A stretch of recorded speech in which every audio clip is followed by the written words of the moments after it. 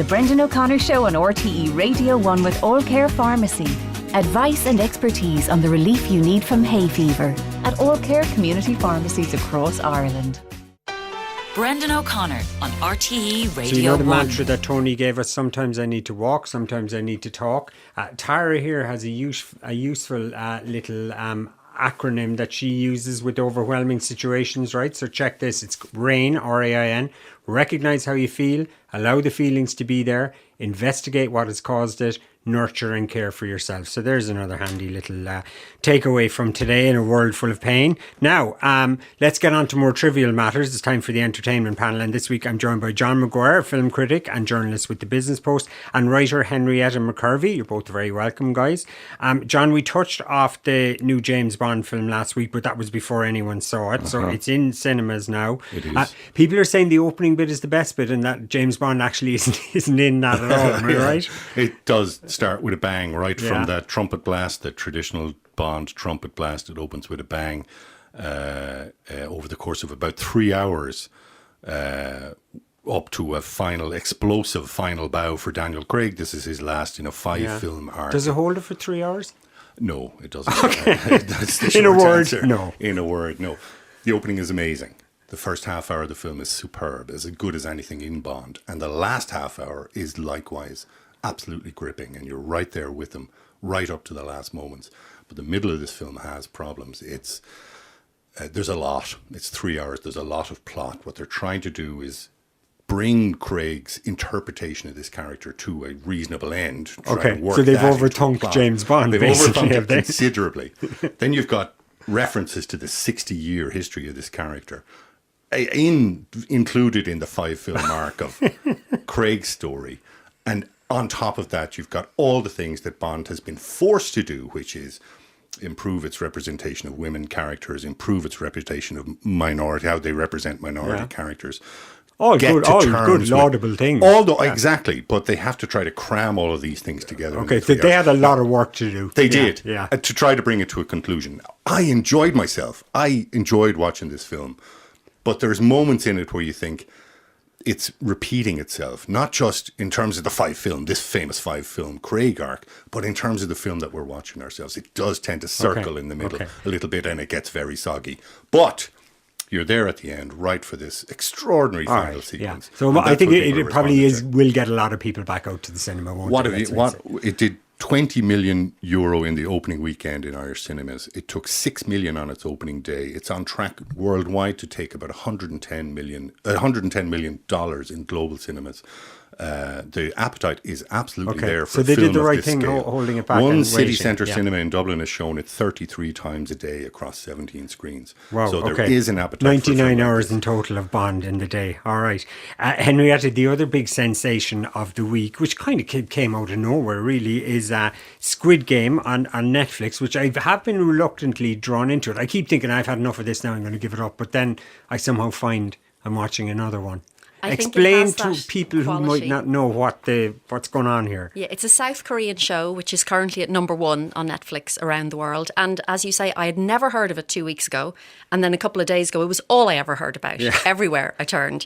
And it's a really interesting premise. I must say, I thought I wouldn't be into it at all, but I'm really enjoying it. The idea is that a number of cash-strapped participants agree to go on a game show in which they're competing by doing 6 playground challenges. And the small print is that if you lose, you die. Yeah, eliminated as they call it. Eliminated, yes. And from the very first episode, that absolutely flares to life, that if you're eliminated, you die. Yeah. You see hundreds of people being taken out. Yeah, and just if it's starting to flag in the kind of stuff that a bit like James Bond they had to put in, which is the kind of social commentary about Korea, just when you're flagging on that, they tend to stick in a game and something extraordinary happens, isn't it? Yeah, and it's also very stylishly done. I think the production design is very interesting.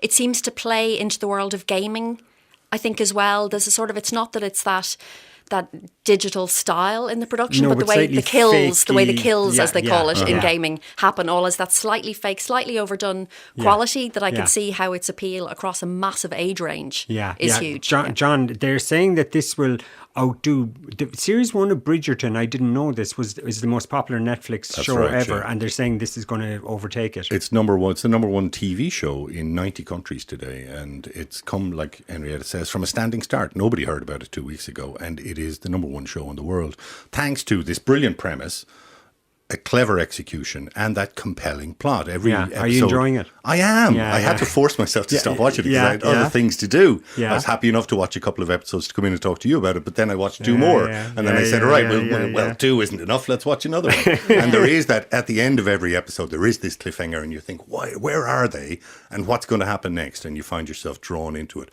And it's got a real hint of the other great South Korean success story of the last couple of years, the film Parasite, which swept the board at the Oscars.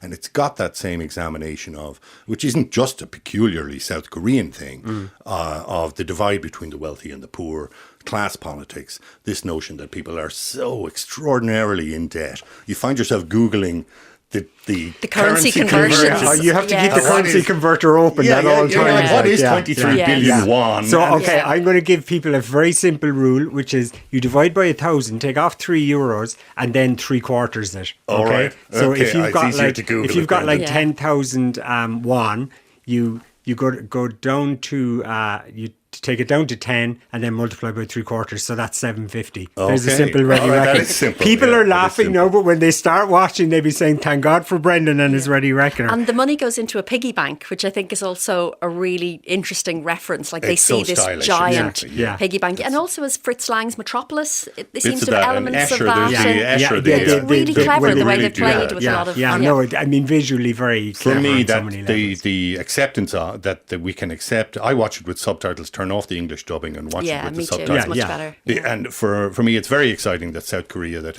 had this extraordinary film and TV industry, this culture going back, 50, 60 years, that now we're more willing in the West to accept these kind of I things. had no and take idea them. of this. Like, it's so evolved. Yeah, it's a very exciting stuff. industry, Yeah, very exciting and of film course they're culture, great at the yeah. old pop music as well.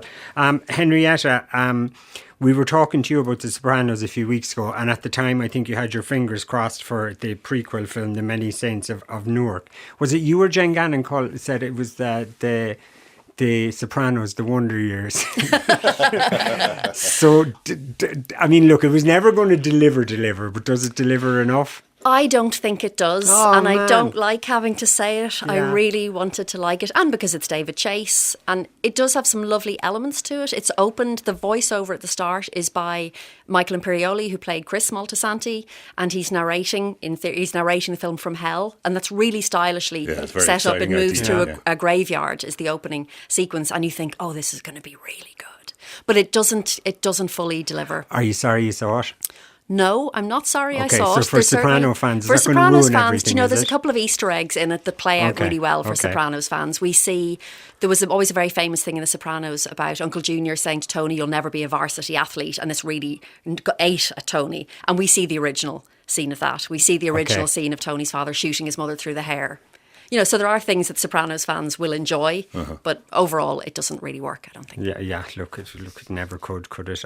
John, tell me about the On the Verge, which again, there's a lot of chatter about the kind of the anti-Sex and the City, is it? Anti-Sex and the City is a Netflix, very good description of it. This is essentially a French show set in Los Angeles, written and directed, mostly directed by Julie Delpy and co-written by the French actress Alexia Landau. And On the Verge follows 4 friends in LA, women in their 40s and 50s, mostly married and with children, as they go about trying to live their lives as expats, most of them, and trying occasionally to find some kind of happiness. Delpy plays a chef with a useless husband who runs a fine dining restaurant and is in the process of writing a cookbook, but she's getting far too into herself. There's not so much about the recipes, it's mostly about herself. Landau's character has 3 kids with 3 different dads and is flat broke.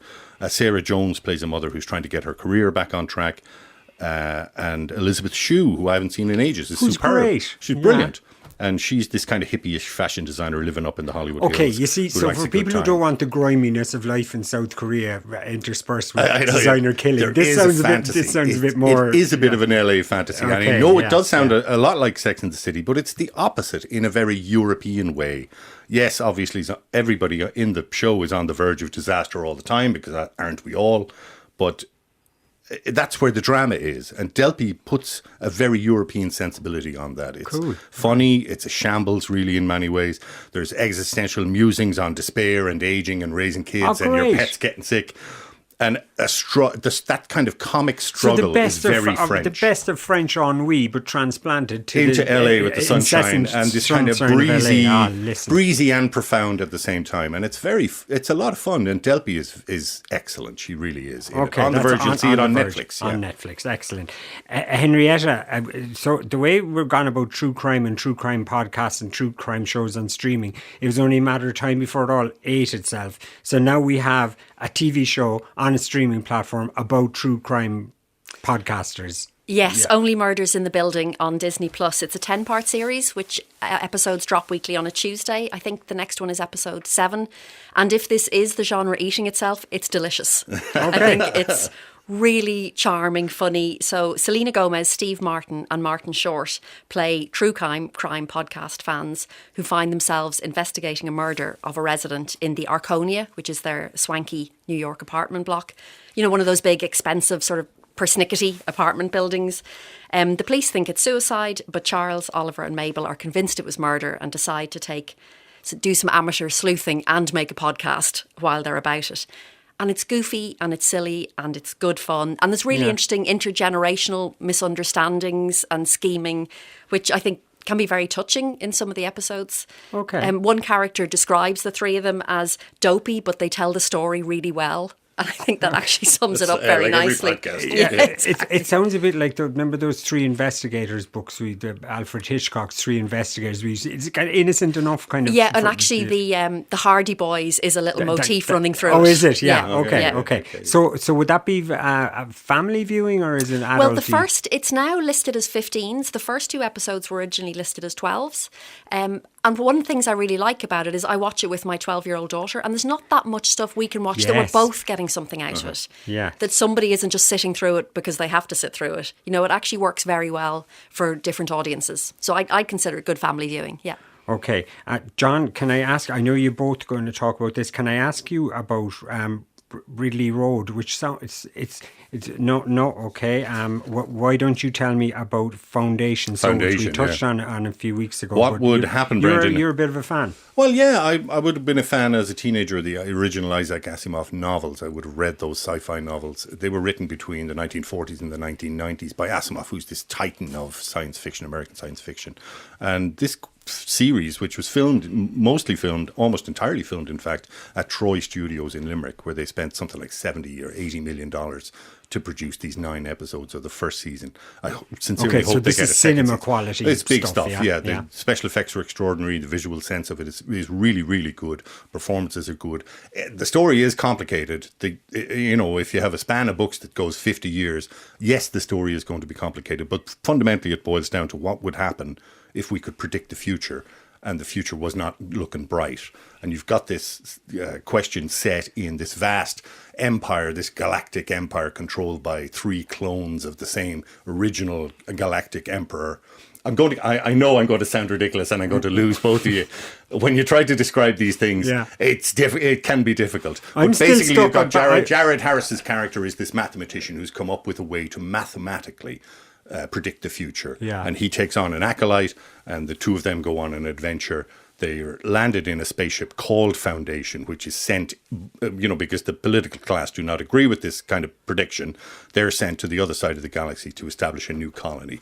That's basically what the story is about. But really, it's not that far-fetched. Like, we can predict the future, and we can try. We do know that it's going to be awful. And a lot of the scientific of the political establishment don't want to hear about it. So it's actually a bit more topical than perhaps. Yeah, it's much more interesting, really, without feeling it has to stick so closely to the original plot. It's their interpretation of it is quite good. Now, I'm not able to tell the future, Brendan, unlike yourself, but I think Asimov fans are going to enjoy this. Sci-fi fans generally are going to enjoy it. Yeah. And hopefully it'll get a second season. And it sounds, it's lush, a lush watch. It really is. It's big. It's got that epic sci-fi sense to it. You'll find it on Apple TV Plus. Okay, and Henrietta, I'll come back to you then on Ridley Road, which is this the big Sunday night drama on the BBC? I know it's starting tonight at 9, isn't it? But That's it right, sounds 4 like it's not set in a country house, or it's not kind of No, for a change, or thankfully on a submarine. Because Yeah. even though I loved Vigil, I found myself sweating watching everything happening on the submarine. It was terrifying.